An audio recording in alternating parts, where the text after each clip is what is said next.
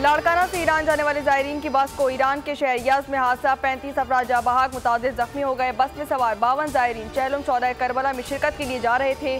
जाँ बहक अफराद में खवातीन और बच्चे भी शामिल हैं। ज़ायरीन में 10 का ताल्लुक ज़िला खैरपुर मीरस, 6 का ताल्लुक कनकोट और कश्मीर से है, जबकि ज़्यादातर का ताल्लुक लाड़काना से बताया जाता है।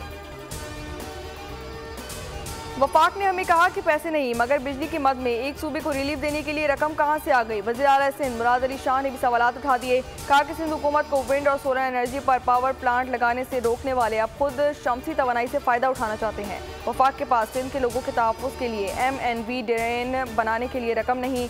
MNV ड्रेन पर मौजूद हों, यहाँ इसकी खस्ता हालत पर एहतजाज हो रहा है।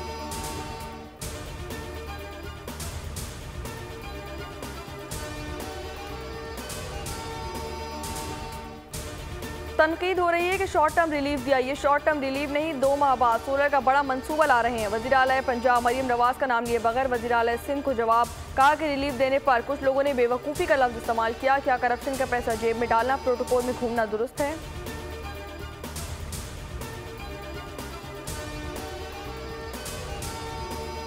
सदर मुमलिकत आसिफ अली जरदारी का मुल्की दिफा में जानों का नजराना पेश करने वालों को खराज अकीदा। सदर मुमलिकत आसिफ अली जरदारी का मुतासरीन दहशतगर्दी के आलमी दिन पर पैगाम।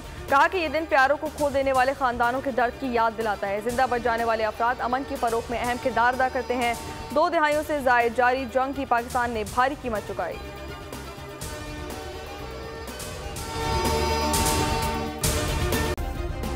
सब्सक्राइब करें और बेल दबाएं ताकि कोई खबर रह न जाए।